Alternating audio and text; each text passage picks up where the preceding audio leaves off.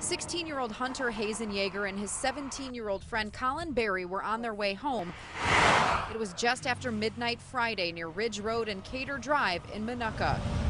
When I got about up to that hill up there, we could see smoke, so then that's when we decided to pull over. I just saw the car, the whole front of it was all totaled, the driver's side. We could hear the baby crying, extremely loud and screaming. Inside the Chrysler 300 was 27-year-old Alexis Danley of Shorewood, who was 6 months pregnant, her 1-year-old daughter in the back seat. She was kind of hanging out of the front side of the car, and her arm was hanging out, and her other hand was reached back, grabbing the baby seat. The police hadn't arrived yet, and the teens knew they had to do something.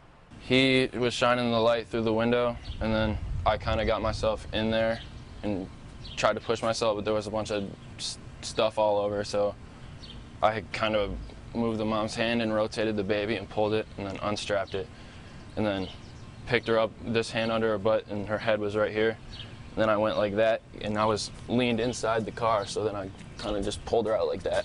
This cell phone picture was taken just moments after. The 1-year-old little girl didn't have a scratch on her. But once we got the baby, it was so calm and just had a nice little smile on her.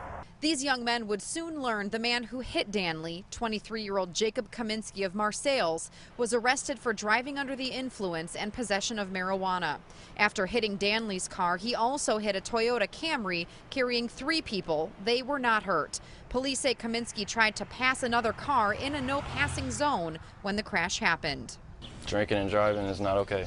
It makes me angry. Since Friday, Hunter has visited the victim's family, bringing food and a stuffed animal for the girl he helped rescue. I didn't even know her name, but still, I felt a connection. I just think that I did what any person should have did, you know.